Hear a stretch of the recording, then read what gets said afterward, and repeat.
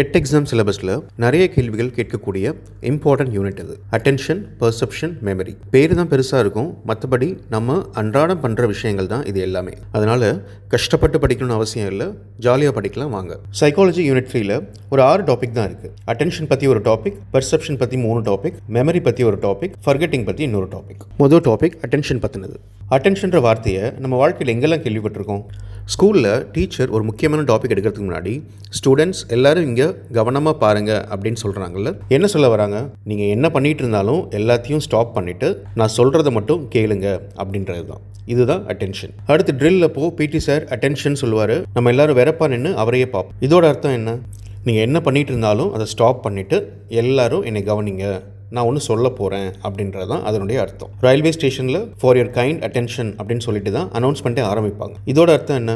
ஒவ்வொருத்தரும் ஒவ்வொரு வேலை பார்த்துட்டு இருப்பீங்க, ஆனால் ஒரு நிமிஷம் இந்த அனௌன்ஸ்மெண்ட்டை கவனிங்க அப்படின்றது தான் அதனுடைய அர்த்தம். அப்போது அட்டென்ஷன்றது நம்ம என்ன வேலைகள் செஞ்சுக்கிட்டு இருந்தாலும் அதெல்லாம் ஸ்டாப் பண்ணிவிட்டு ஒரு விஷயத்து மேலே கவனத்தை செலுத்துறது. அதுதான் இதனுடைய டெஃபினிஷன் கூட. Attention is the process of focusing mental activity. நம்மளுடைய மென்டல் ஆக்டிவிட்டியை ஃபோக்கஸ் பண்ணுறது எது மேலே?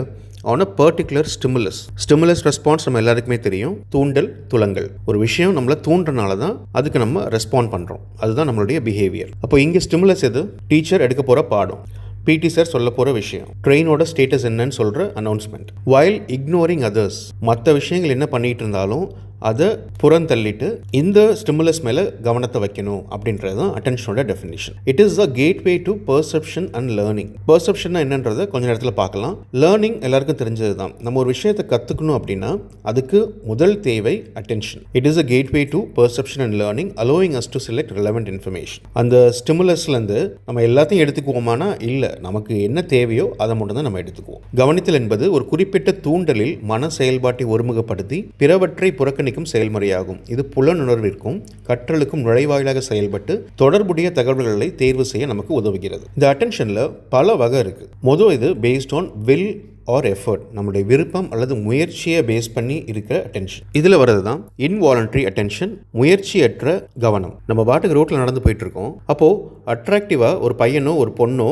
கடந்து போனாங்கன்னா நம்ம கண்ணு திரும்பி பார்க்கறதில்ல, அதுதான் இன்வாலன்ட்ரி அட்டென்ஷன். நம்ம இது பண்ணணும்னு பண்ணல, ஆட்டோமேட்டிக்காக அது நடக்குது. அப்போ இது ட்ரிகர்ட் பை எக்ஸ்டர்னல் ஸ்டிமுலை, புற தூண்டலால் தூண்டப்படுகிறது. நம்ம முயற்சி எடுத்து இது பண்ணணும் அப்படின்லாம் பண்ணல, அதுவாக நடக்கிறது தான் இன்வாலன்ட்ரி அட்டென்ஷன், முயற்சியற்ற கவனம். அடுத்து வாலன்ட்ரி அட்டென்ஷன், முயற்சி சார் கவனம். நம்மளா ஃபுல் எஃபோர்ட்டையும் எடுத்து பண்ணுறது. டெட் எக்ஸாமுக்கு படிக்கணும், புக்கை பார்த்தாலே ஓடணும்னு தோணுது, ஆனாலும் நம்ம என்ன பண்ணுறோம்? இல்லை, எக்ஸாம் நம்ம நல்லா பண்ணணும், அப்போது புக்கை எடுத்து நம்ம படிக்கணும் அப்படின்னு சொல்லி அந்த புக்கை எடுத்து அட்டென்ஷனை வர வச்சு அதுக்கப்புறம் படிக்க ஆரம்பிக்கிறோம்ல, அதுதான் voluntary attention. Control by conscious effort, நம்ம தெரிஞ்சே எஃபர்ட் போட்டு கொண்டு வர அட்டென்ஷன் தான் இந்த வாலண்டரி அட்டென்ஷன். அடுத்தது ஹேபிச்சுவல் அட்டென்ஷன், பழக்கம் சார்ந்தது. மதியம் ஸ்கூல் பெல் அடித்தா பேக்கை திறந்து டிஃபன் பாக்ஸை எடுத்துகிட்டு ஓடுறோம். அதே பெல் ஈவினிங் அடித்தா இருக்கிற எல்லாத்தையும் பேக்கில் போட்டு திணிச்சு பேக்கை க்ளோஸ் பண்ணிவிட்டு எந்திரிச்சு ஓடுறோம். இதுக்கு நம்ம பெருசாக எஃபர்ட்லாம் போடவே மாட்டோம், ஆட்டோமேட்டிக்காக இது நடக்கும். ஆட்டோமேட்டிக் டியூ டு ரெப்படேஷன், தானியங்கியாக செய்யப்படும் விஷயம். திரும்ப திரும்ப பண்ணுறனால நம்மளை அறியாமலேயே அந்த அட்டென்ஷன் வந்துடும், அதுதான் ஹேபிச்சுவல் அட்டென்ஷன். இதில் இன்வாலன்ட்ரிக்கு இன்னொரு பேர் இருக்குது, நான் ஒலிஷனல். வாலன்ட்ரிக்கு ஒலிஷனல். இந்த ரெண்டையும் கொடுத்தது ராஸ் அப்படின்ற ஒரு சைக்காலஜிஸ்ட். அடுத்து ஸ்கோப்பை அடிப்படையாக கொண்ட அட்டென்ஷன். ஒன்று ஃபோக்கஸ்ட், முழு கவனம். நம்மளுடைய முழு கவனத்தையும் ஒரே விஷயத்தில் வச்சு பண்ணுறது தான் ஃபோக்கஸ்ட் அட்டென்ஷன். நம்ம இதை எங்கே பண்ணுவோம்? தியேட்டரில் படம் பார்க்கும்போது பண்ணுவோம். கான்சென்ட்ரேட்டிங் ஆன் ஒன் திங், ஒரே விஷயத்தில் கவனம். இன்னொன்று டிவைடட், பிரிக்கப்பட்ட, ஒரே நேரத்தில் 2 விஷயத்துக்கு அட்டென்ஷன் கொடுக்கறது. இது அம்மாக்களுக்கு கைவந்த கலை. சமையல் பண்ணிட்டு இருப்பாங்க, ஃபோனில் யாட்டாவது பேசிகிட்டு இருப்பாங்க, இல்லைனா பாட்டு கேட்டுட்டு இருப்பாங்க. அதே நேரம் நைட்டுக்கு என்ன சமைக்கணும்னு சிந்தனை ஓடிட்டு இருக்கும். ஒன்றுக்கு மேற்பட்ட டாஸ்கில் நம்மளுடைய கவனத்தை செலுத்துறது. அடுத்து டியூரேஷன், கால அளவை பேஸ் பண்ணி இருக்கிற அட்டென்ஷன். ஒன்று சஸ்டெயின், நீடித்த கவனம். ஒரு கஷ்டமான மேத் ப்ராப்ளம் சால்வ் பண்ண உட்காடுறோம், அப்போது அடுத்த 10 நிமிஷம் நம்மளுடைய கவனம் வேறு எதுலேயுமே இருக்காது, இதில் தான் தொடர்ந்து இருக்கும். Maintaining attention for a long time, நீண்ட நேரம் கவனத்தை பராமரித்தல். இன்னொன்று ஃப்ளக்சுவேட்டிங், கிளாஸில் பாடம் கவனிப்போம், அடுத்த பக்கத்தில் இருக்க பையன்கிட்ட பேசுவோம், அப்புறம் வேறு சிந்தனைக்கு போவோம், திருப்பி கிளாஸுக்கு கவனிப்போம். இப்படி மாற்றி மாற்றி நம்மளுடைய அட்டென்ஷன் தாவிக்கிட்டே இருக்கும். அட்டென்ஷன் ஷிஃப்ட்ஸ் ஃப்ரீக்வெண்ட்லி, இதுக்கு பேர் தான் ஃப்ளக்சுவேட்டிங் அட்டென்ஷன்றது. சில பொது வகையான கிளாசிஃபிகேஷனும் இருக்குது. General classification. ஒன்று செலக்டிவ், தேர்ந்தெடுக்கப்பட்ட. அம்மா அடுத்த வாரம் எக்ஸாம் இருக்குது, டெய்லி உட்காந்து படிக்கணும் அப்படின்னு சொல்லும்போது அது காதுலேயே போகாது. அதே நாளைக்கு வெளியே போகிறோம், உனக்கு ஐஸ்கிரீம் வாங்கி தரோன்னு சொன்னோன்னா அதை ஃபுல் அட்டென்ஷன் கொடுத்து நம்ம கவனிப்போம். அதுதான் செலக்டிவ் அல்லது தேர்ந்தெடுக்கப்பட்ட. நமக்கு எது வேணும் எது வேணாம் அதை பொறுத்து நம்மளுடைய அட்டென்ஷன் மாறும். அடுத்து ஆல்டர்னேட்டிங் மாற்று. ஒரு 2 டாஸ்க்கை வச்சுட்டு இதில் கொஞ்சம் நேரம் கவனம் செலுத்துறது, அப்புறம் இதில் கொஞ்சம் நேரம் கவனம் செலுத்துறது, அப்புறம் திருப்பி இதுக்கு வர்றது, அப்புறம் திருப்பி அடுத்ததுக்கு போகிறது. இப்படி 2 விஷயத்தில் மாற்றி கவனத்தை செலுத்தினோம்னா அதுக்கு பேர் தான் ஆல்டர்னேட்டிங் அட்டென்ஷன். அடுத்து விஷுவல் அட்டென்ஷன். கண்ணால் ஒரு விஷயத்தை நம்ம கவனிச்சோம்னா அது விஷுவல் அட்டென்ஷன். டிவி பார்க்குறது, படம் பார்க்குறது இதெல்லாம். அடுத்து ஆடிட்டரி, செவிப்புலன். காதால் ஒரு விஷயத்துக்கு அட்டென்ஷன் கொடுத்தோம்னா அதுதான் ஆடிட்டரி அட்டென்ஷன். ரயில்வே ஸ்டேஷனில் அனௌன்ஸ்மெண்ட் கேட்குறது, இந்த மாதிரியான விஷயங்கள். அடுத்து நேச்சர் ஆஃப் அட்டென்ஷன், கவனத்திலின் இயல்பு.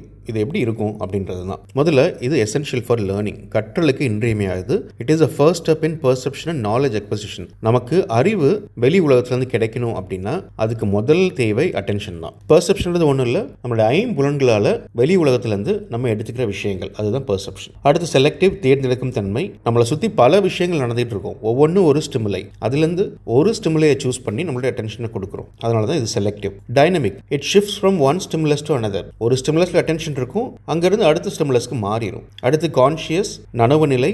It is a mental activity requiring awareness. சில விஷயங்கள் இன்வாலண்ட்ரியாக இல்லை ஹேபிச்சுவலாக நம்ம அட்டென்ஷன் கொடுப்போம், ஆனால் பெரும்பாலும் நம்ம என்ன பண்ணுறோன்னு தெரிஞ்சு தான் அட்டென்ஷனை கொடுப்போம். அடுத்தது limited capacity. We cannot attend to every thing at once. நம்மளை சுற்றி பல ஸ்டிமுலை இருந்தாலும் எல்லாத்துமேலேயும் கவனம் செலுத்த முடியாது. கோல் டைரக்டட், இலக்கை நோக்கியவை.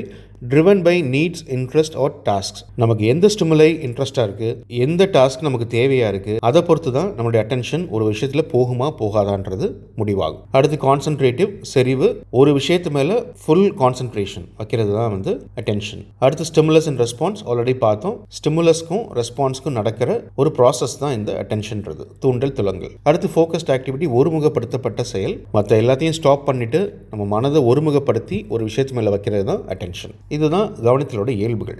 அடுத்து பார்க்க போகிறது டிட்டர்மினன்ட்ஸ் ஆஃப் அட்டென்ஷன். நம்ம ஒரு விஷயத்தை கவனிப்போமா இல்லையா அப்படின்றத எது தீர்மானிக்குது? 2 வகை இருக்குது. ஒன்று எக்ஸ்டர்னல் ஃபேக்டர்ஸ், புறக்காரணிகள். தூண்டல் அடிப்படையிலானவை. நம்மளை சுற்றி ஏதோ ஒரு விஷயம் நடக்குது, அதுதான் ஸ்டிமுலை, அது நம்மளை கவனத்தை ஈர்க்குது, அது எக்ஸ்டர்னல் ஃபேக்டர். இன்னொன்று இன்டர்னல் ஃபேக்டர், பர்சன் பேஸ்ட், அகக்காரணிகள். நமக்குள்ளே நடக்கிற விஷயங்கள் அது முடிவு பண்ணும் ஒரு விஷயத்துக்கு அட்டென்ஷன் கொடுக்கறதா வேணாமான்னு. இதுக்கு இன்னொரு பேர் சப்ஜெக்டிவ் அல்லது அகநிலை. முதல்ல புறக்காரணிகள் என்னென்ன இருக்குன்னு பார்க்கலாம். எக்ஸ்டர்னல். முதல்ல இன்டென்சிட்டி அல்லது தீவிரம். நம்ம நடந்து போயிட்டு இருக்கும்போது ஒரு பெரிய வெடி சத்தம் கேட்குது, பயங்கரமான வெளிச்சமும் இருக்கு. உடனே சுத்தி முத்தி பார்க்குறோம், அப்புறம் வானத்தை பார்க்குறோம், அங்கே தீபாவளிக்கு யாரோ வான வேடிக்கை விட்டுட்டு இருக்காங்க, அதை பார்த்துக்கிட்டே போகிறோம். நம்மளை சுற்றி எவ்வளவோ விஷயங்கள் நடக்கும்போது இந்த வான வேடிக்கைக்கு எப்படி நம்மளோட அட்டென்ஷன் போச்சு? அந்த பெரிய வெடி சத்தம், பயங்கரமான வெளிச்சம், அதுக்கு பேர் தான் இன்டென்சிட்டி. அடுத்து நம்ம வண்டியில் போயிட்டு இருக்கோம், அப்போ மெகா சைஸில் ஒரு அட்வர்டைஸ்மெண்ட் போர்டு இருக்குது, அதில் ஒரு துணிக்கடை விளம்பரமோ ரியல் எஸ்டேட் விளம்பரமோ இருக்குன்னா ஒவ்வொரு தடவை போகும்போதும் நம்மளுடைய கவனம் அது மேலே தான் போகும், அதுதான் சைஸ். அடுத்து கான்ட்ராஸ்ட், வேறுபாடு.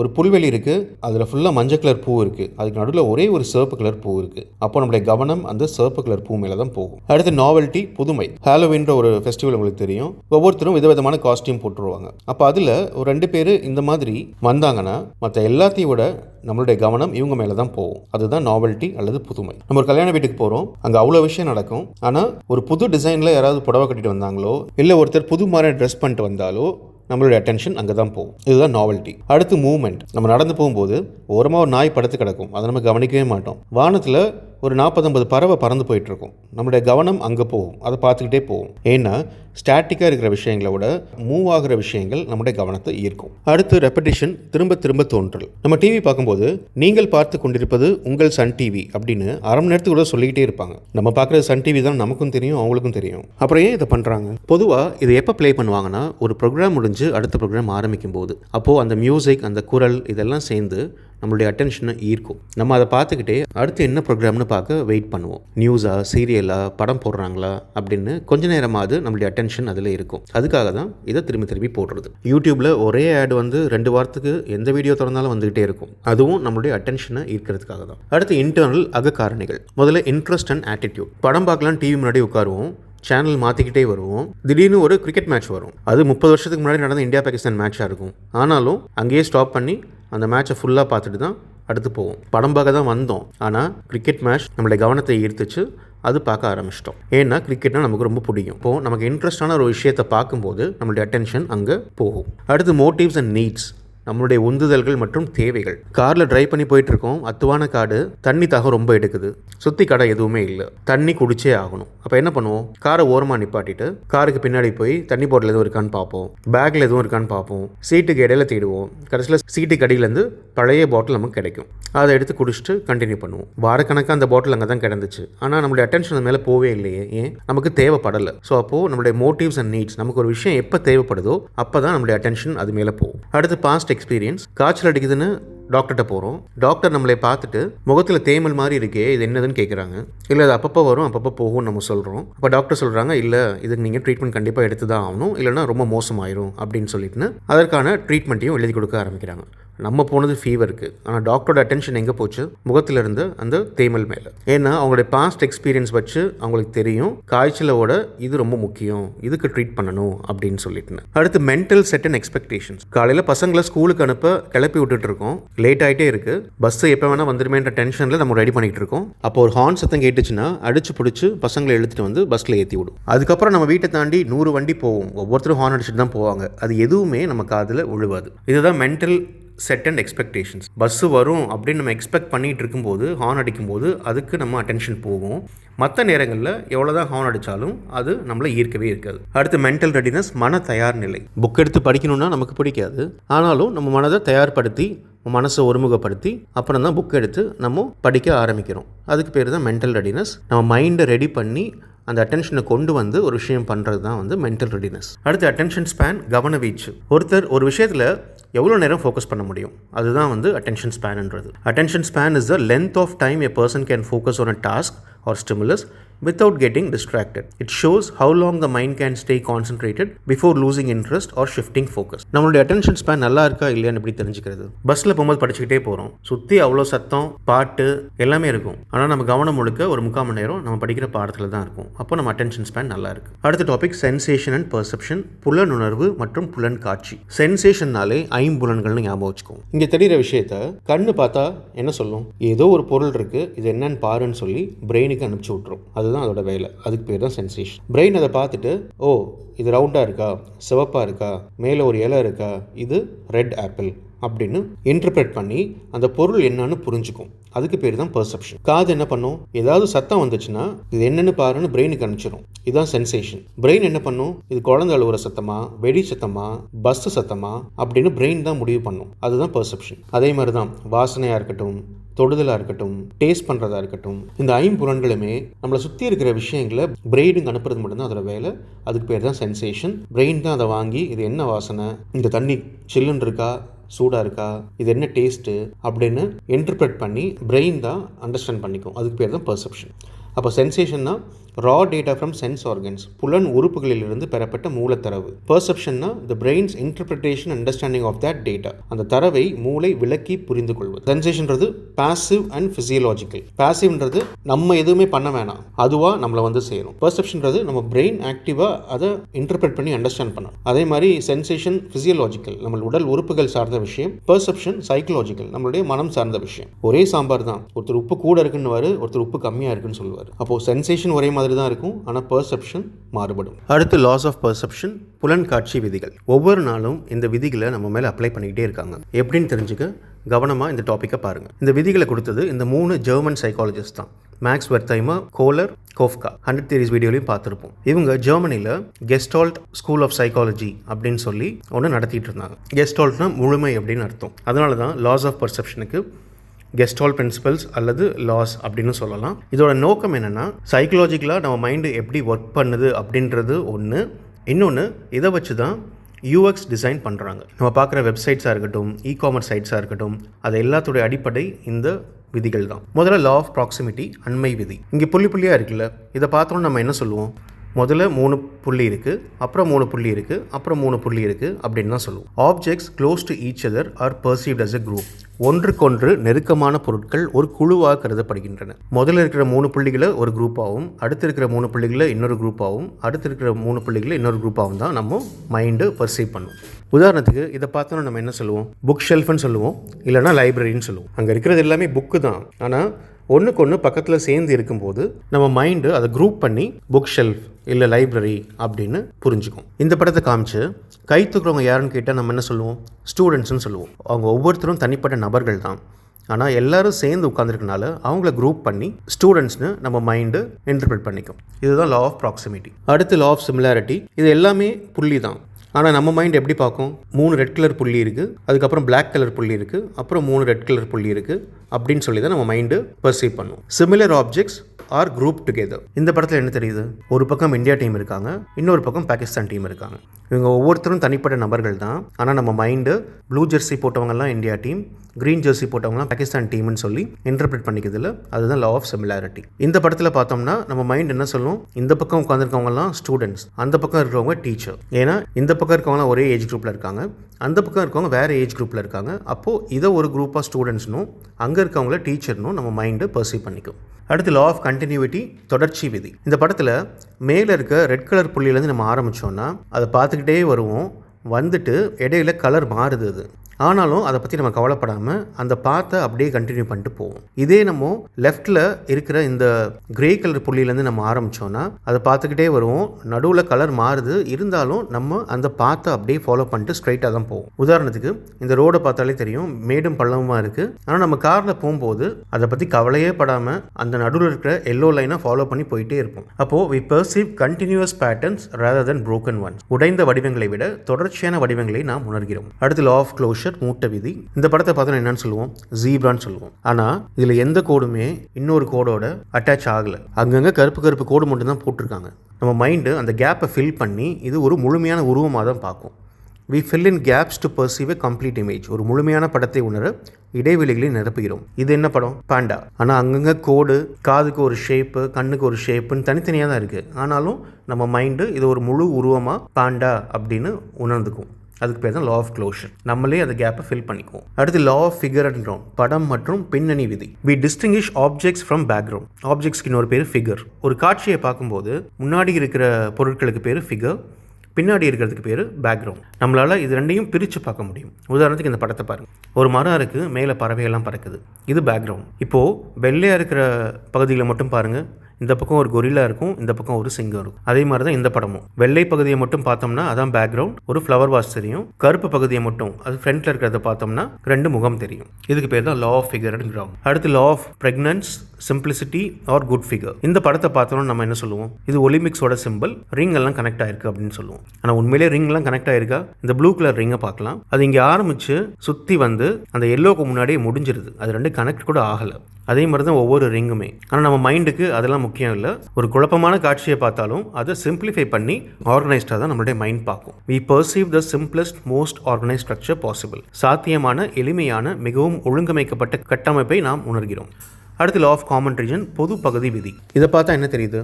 எல்லாமே புள்ளிகள் தான். ஆனால் முதல் இருக்க கொஞ்சம் புள்ளிகளை சுற்றி ஒரு பார்டர் இருக்குது, அடுத்து இருக்கிற கொஞ்சம் புள்ளிகளை சுற்றி இன்னொரு பார்டர் இருக்குது. அப்போ நம்ம மைண்ட் இதை எப்படி பார்க்கும்னா, மொதல் இருக்கிறது ஒரு பகுதி, ரெண்டாவது இருக்கிறது ஒரு பகுதி, அதை முழுமையாக தான் பார்க்கும். Objects within the same boundary are perceived as a group. ஒரே எல்லைக்குள் உள்ள பொருட்கள் ஒரு குழுவாக கருதப்படுகின்றன. உதாரணத்துக்கு இதை பார்க்கலாம். இதை பார்த்தோம் நம்ம என்ன சொல்லுவோம்? மேக்கப் செட்னு சொல்லுவோம். யாருமே இதை பார்த்தோன்னா லிப்ஸ்டிக்னு சொல்ல மாட்டோம், ப்ரஷ்ன்னு சொல்ல மாட்டோம், ஃபவுண்டேஷன் சொல்ல மாட்டோம். ஏன்னா இது எல்லாமே ஒரு பாக்ஸ்குள்ளே இருக்குது, மேக்கப் செட்னு சொல்லி முடிச்சிருவோம். இதுக்கு பேர் தான் லா ஆஃப் காமன் ரீஜன்.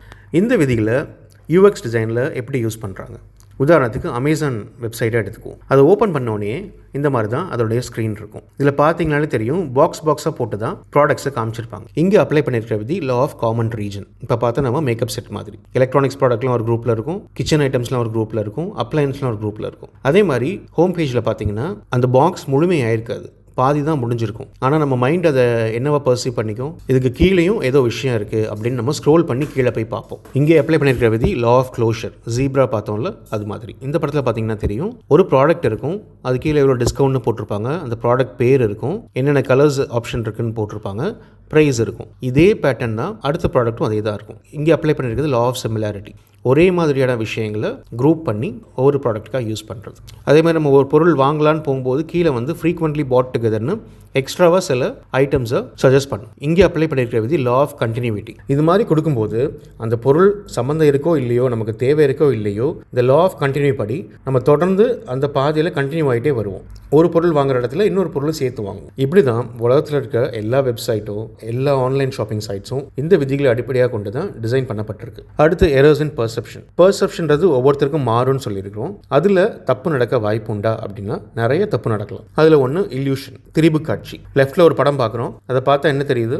ஒரு பள்ளம் மாதிரி இருக்குது, அதில் ஒரு ஹால் இருக்குது, விண்டோஸ் இருக்குது, விண்டோஸ் வழியாக பார்த்தா வானம் தெரியுது, மேகங்கள் இருக்குது, கீழே பிளானட்ஸ்லாம் தெரியுது. ஆனால் இதில் பள்ளமும் இல்லை, ஹாலும் இல்லை, வானமும் இல்லை, எல்லாமே நம்மளுடைய இல்யூஷன் தான். இந்த படத்தை பார்த்தா என்ன தெரியுது? கொஞ்சம் தூரக்கு இருந்து பார்த்தா பட்டர்ஃப்ளை மாதிரி இருக்கும், இல்லை நடுவில் ஒரு பில்லர் இருக்குது, அதுக்கு பின்னாடி 2 பாதை போகுது அப்படின்ற மாதிரி தெரியும். ஆனால் இது எதுவுமே உண்மை கிடையாது. அங்கே இருக்கிறது வெறும் கருப்பு வெள்ளை ரெக்டாங்கிள்ஸ் தான். ஆனால் நம்ம கண்ணுக்கு அது பட்டர்ஃப்ளை மாதிரி தெரியுது. இதுதான் இல்யூஷன்றது. A false perception of a real stimulus. ஒரு உண்மையான தூண்டுதலின் தவறான கருத்து. ஸ்டிமுலஸ் கரெக்ட் தான், ஆனால் நம்ம மைண்டு அதை தப்பாக இன்டர்பிரட் பண்ணுது. அடுத்து ஹாலுசினேஷன், பொருள் காட்சி. இல்லாத ஒன்று இருக்கிறத நினைக்கிறது தான் ஹாலுசினேஷன். நாம யாராவது ஒருத்தர் நம்ம கிட்ட பேசிக்கிட்டு இருக்க மாதிரியே இருக்கும், சத்தம் கேட்டுக்கிட்டே இருக்கும், ஆனால் உண்மையில் அப்படி ஒரு ஸ்டிமுலஸ் இருக்கவே இருக்காது. ஆனால் நமக்கு அப்படி தோணும். 3 படத்தில் பார்த்துருப்பீங்க, தனுஷ்க்கு சுற்றி நிறைய மக்கள் அவங்க கிட்ட வந்து பேசுகிற மாதிரி அது தோணும், ஆனால் உண்மையில் அப்படி யாருமே இருக்க மாட்டாங்க.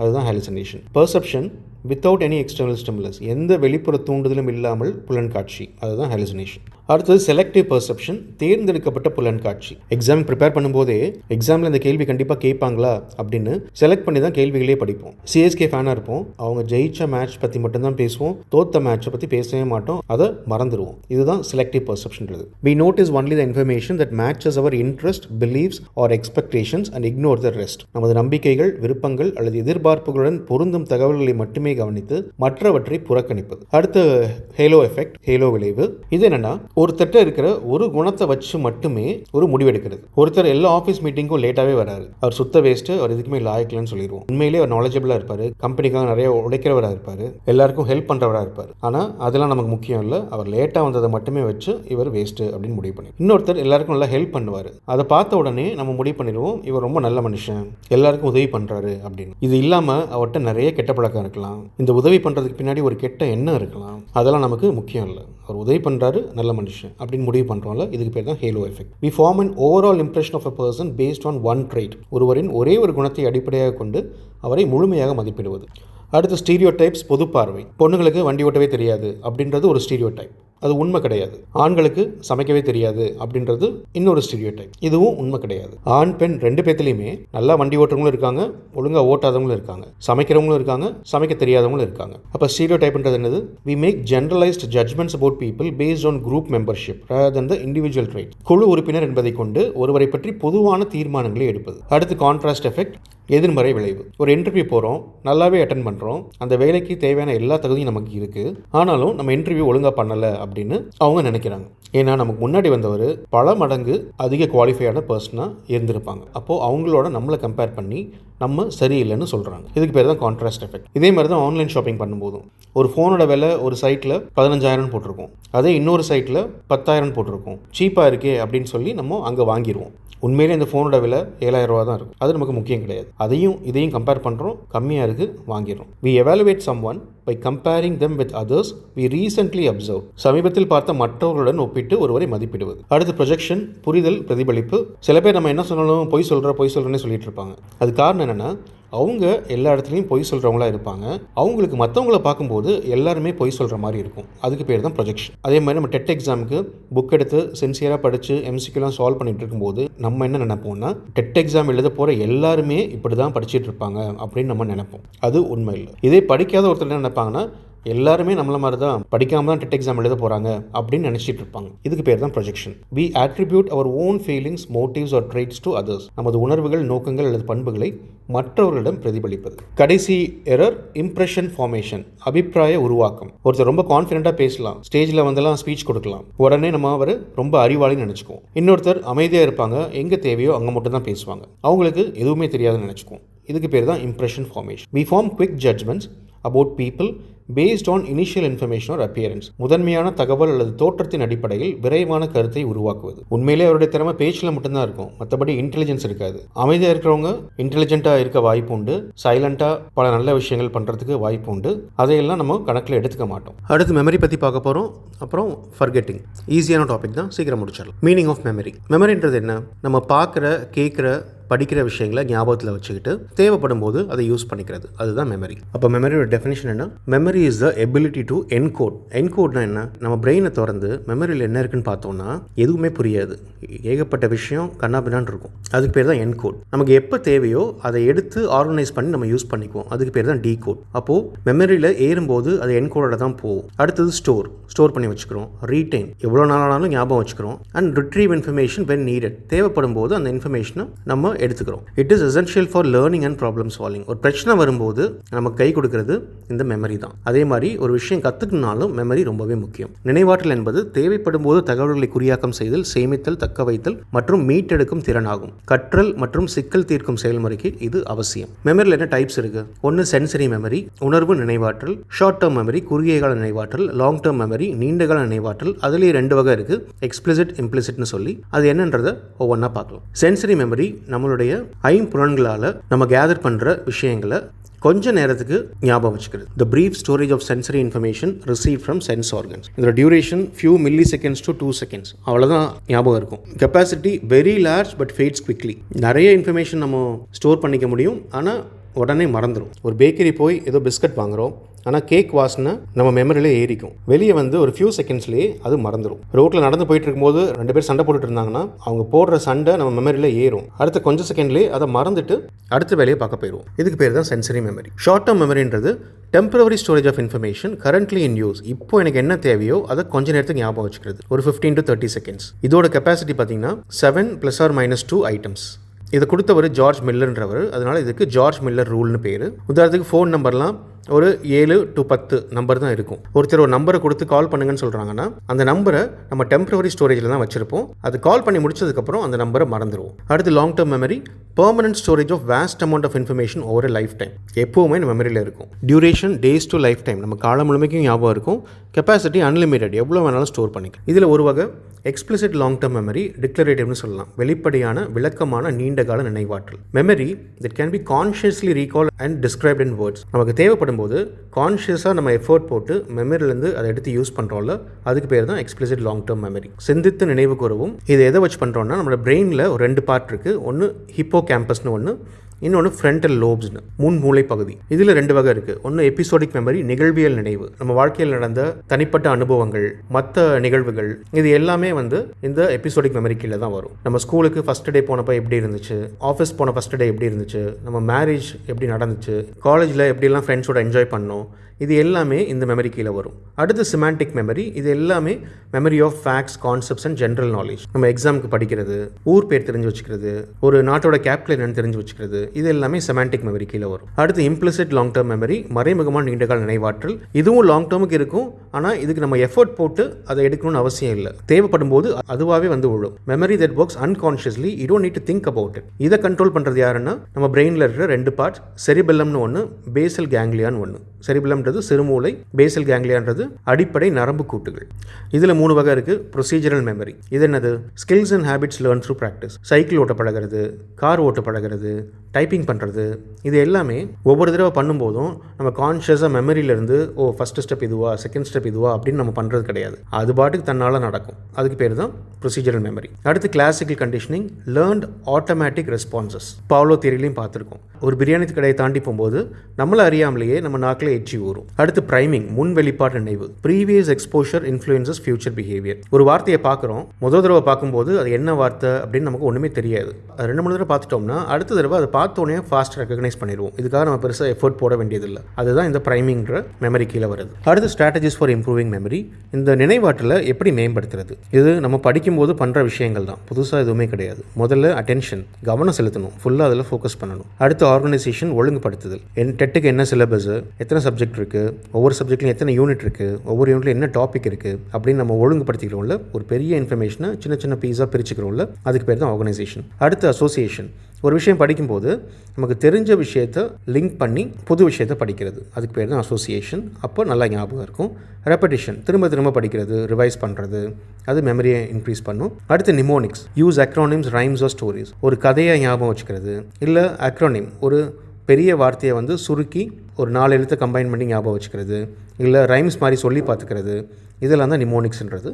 அடுத்து விஷுவலைசேஷன், நம்ம எது படித்தாலும் விஷுவலாக அதை இமேஜின் பண்ணி அது ஒரு படம் மாதிரி நம்ம பார்த்துக்கிறது, இல்லை ஒரு இமேஜ் மாதிரி நம்ம பார்த்துக்கிறது, அப்பையும் நம்ம மனதில் நல்லா பதியும். அடுத்து ஹெல்தி லைஃப் ஸ்டைல், ஆரோக்கியமான வாழ்க்கை முறை, ப்ராப்பரான தூக்கம் இருக்கணும், நல்ல சாப்பாடு இருக்கணும், எக்ஸசைஸ் பண்ணணும், இதெல்லாமே மெமரியை இம்ப்ரூவ் பண்ணும்.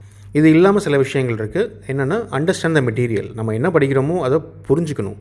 ரைட் ஸ்டடி என்வாயர்மெண்ட், நம்ம படிக்கிறதுக்கு ஏதுவான ஒரு என்வாயர்மெண்ட் இருக்கணும். ஸ்பேஸ் அவுட் யுவர் ஒர்க், எல்லாத்தையும் உட்காந்து ஒரே நேரத்தில் படிக்காமல் கேப் விட்டு விட்டு படிக்கணும். Talk about what you have learned, நம்ம என்ன கற்றுக்கிட்டோமோ அதை மற்றவங்கள்ட்ட சொல்கிறது. அப்போது நம்மளோட மெமரி இன்னும் ஸ்ட்ராங் ஆகும். வேரி யுவர் ஸ்டடி ரொட்டீன், எப்போவுமே ஒரே மாதிரி படிச்சுட்டு இருக்காமல் ஸ்டடி ரொட்டீனை மாற்றி மாற்றி நம்ம பிளான் பண்ணுறது. ப்ளே கேம்ஸ், விளையாடும் போது நம்மளுடைய மைண்டு நல்லா ரிலீவ் ஆகும். அப்போ வந்து படித்தோம்னா மெமரியில் இன்னும் ஸ்ட்ராங்காக ரீட்டைன் ஆகும். ரோட் ரிஹர்சல், சில விஷயங்களை மனப்பாடம் பண்ணி தான் ஆகணும். அது ஒரு தடவை மனப்பாடம் பண்ணால் பத்தாது, திரும்ப திரும்ப மனப்பாடம் பண்ணணும். அடுத்து எலாபரேஷன், ஒரு விஷயத்தை பற்றி விளக்கமாக விவரிக்கிறது, அதுதான் எலாபரேஷன்றது. இதெல்லாம் தான் நம்ம மெமரியை இம்ப்ரூவ் பண்ணுறதுக்கான டெக்னிக்ஸ் அல்லது ஸ்ட்ராட்டஜிஸ். கடைசியாக ஃபர்கெட்டிங், மறத்தல். ஃபர்கெட்டிங்னா என்ன?